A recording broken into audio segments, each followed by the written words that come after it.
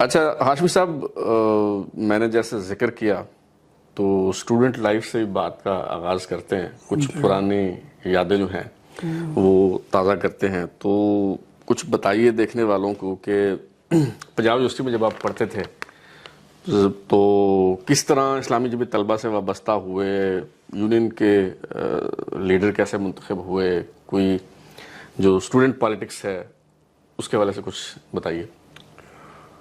مجھے جب میں نے پنجاب یونیورسٹی میں داخلہ لیا تو جمعیت سے میں متعارف ہوا تھا جی اپنے گریجویشن کے بعد. صحیح. ملتان سے میں نے الیکشن لڑا آزاد. صحیح. تو جب میں یونیورسٹی پہنچا تو جمعیت نے فیصلہ کیا کہ میں الیکشن کنٹیسٹ کروں. صحیح. لیکن جمعیت کے لیے حالات اچھے نہیں تھے. اس سے پہلے ایک وقوع ہو گیا تھا. وائس چانسلر علاؤدین صدیقی کے گھر پہ، اور اس کے اندر سارے لیڈر جو ہیں وہ جیل میں تھے. صحیح.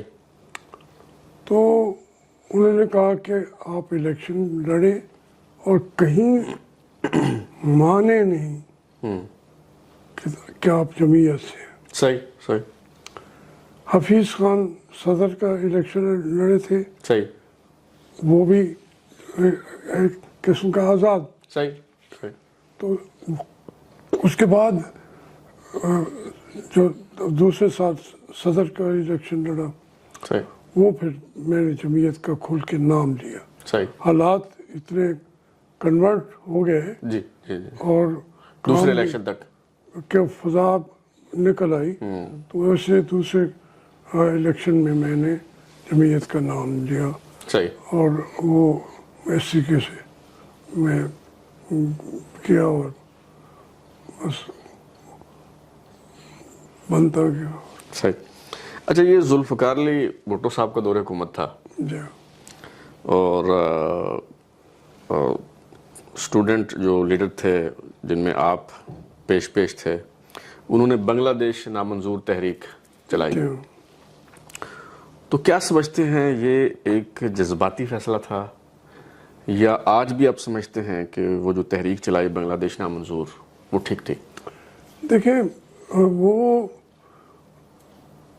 جو ہم کہہ رہے تھے جی آج کا بنگلہ دیش وہ بات وہی بات کہہ رہا ہے کہ ہم نے وہ جائے بنگلہ کا نعرہ ہی ختم کر رہے ہیں. وہ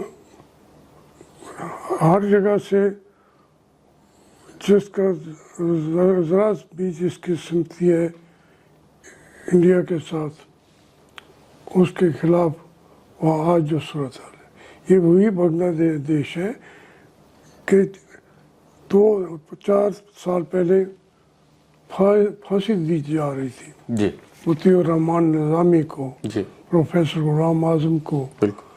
اور اس ہم یہی کہہ رہے تھے کہ آپ بنگلہ دیش والوں کو جو بن گیا ہے، بننے جا رہا ہے، ان کو موقع تو دیں.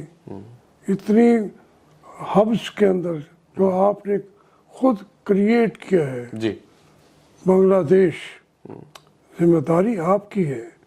اور آپ اس کے بعد بھٹو صاحب بہت مین پلیئر تھے، جی پیچھے نہیں تھے.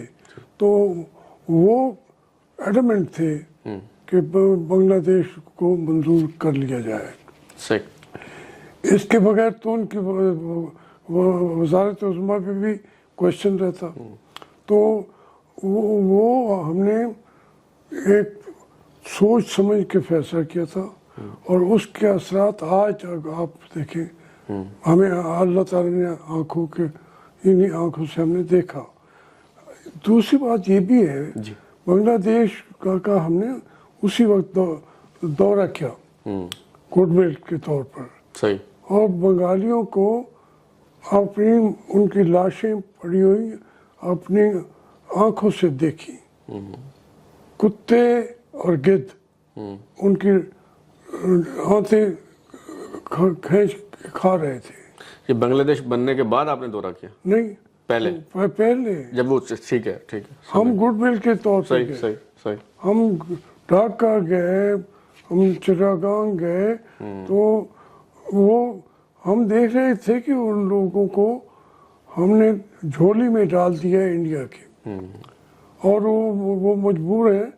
اس لیے یہی مجیب الرحمان تھا جی جو مسلم لیگ کا مین بندہ تھا, جی جو فاطمہ جناح کا فاطمہ کے جناح ساتھ کا تھا. بالکل وہ ایجنٹ تھا جی سارے پولیٹ- مشرقی جی پاکستان کا. جی تو اس کے باوجود ہم نے ان کو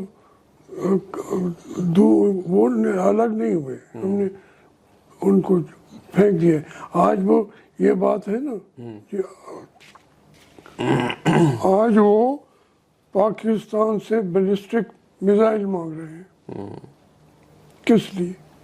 اس وقت کو ہم نے وعدہ کیا تھا کہ آپ کا دفاع مغربی مغرب پاکستان سے ہوگا. ہاں اور ہم انہوں نے دیکھا یہ جنگ ہوئی ہے, ہم تو بے یاروں مددگار چھوڑ دیا مددگار ہیں.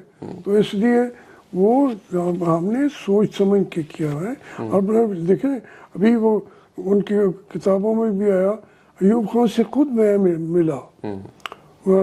یہ 1967 میں, ابھی میں 4th ایئر کلاس کا اسٹوڈنٹ تھا.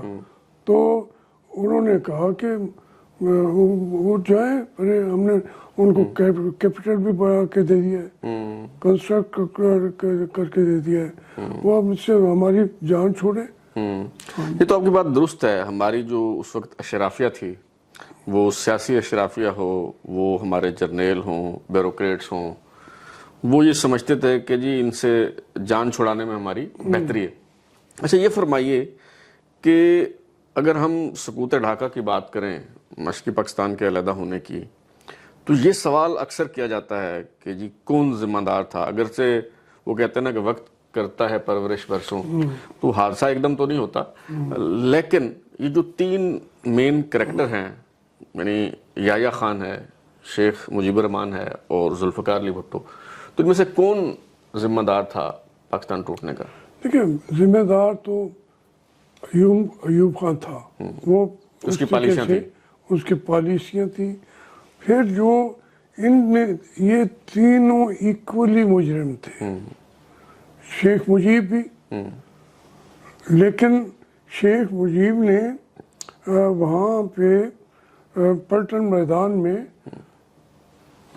سارے لوگوں نے زور لگایا کہ آپ پاکستان کا نام نہ لیں, ان کی پارٹی نے, جی جی, لیکن اس نے کہا پاکستان زندہ باد. بالکل. یہ اس کا لاسٹ, یہ قومی اسمبلی کا اجلاس ملتوی ہونے کے بعد جو جلسہ اس نے کیا, اس میں آخر میں اس نے جے پاکستان کا نعرہ لگایا, جے بنگلہ جے پاکستان.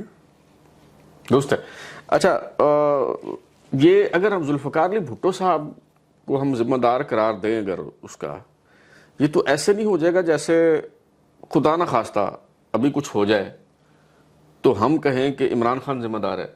یعنی بھٹو صاحب تو اپوزیشن میں تھے نا, جو حاکم وقت ہے, چلیں بھٹو صاحب کے کہنے پہ ملتوی کیا ہوگا قومی اسمبلی کا اجلاس, لیکن کیا تو یحییٰ خان نے. میں تو یہ ایک بات عرض کروں, یحییٰ خان جا کے 6 دن بیٹھا رہا لاڑکانے میں بھٹو صاحب کے. بالکل. پھر اس نے اعلان کیا کہ اسمبلی ایسے ہی.